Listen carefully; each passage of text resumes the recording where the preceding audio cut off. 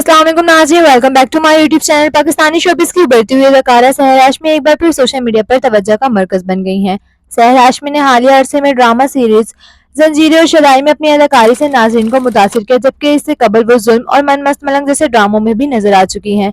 सहर हाशमी अपनी बेबाक शख्सियत और पुरअतमाद अंदाज की वजह से भी जानी जाती हैं। अभी इस्लामाबाद के गेगा मॉल में एक परफ्यूम लॉन्च इवेंट में शिरकत करते हुए देखा गया, जहां इन्होंने मारूफ ब्रांड CAIA का नीले रंग का सिल्क गाउन जेबतन किया। ये लिबास इंतहाई फिटेड डिजाइन किया था, जिसके बाइस शहर को इवेंट के दौरान लिबास संभालते हुए कुछ गैर आरामदा भी महसूस किया गया।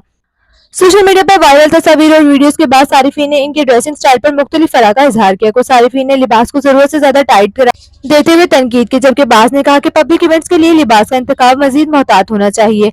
एक साइफ ने लिखा कि इन्हें समझ नहीं आता कि अदाकाराएं टाइट कपड़े पहनने पर इतना जोर क्यों देती हैं। एक और साइफ ने कहा कि ऐसा लिबास पहनने की जरूरत ही क्या थी जिससे जिस्म नुमाया हो।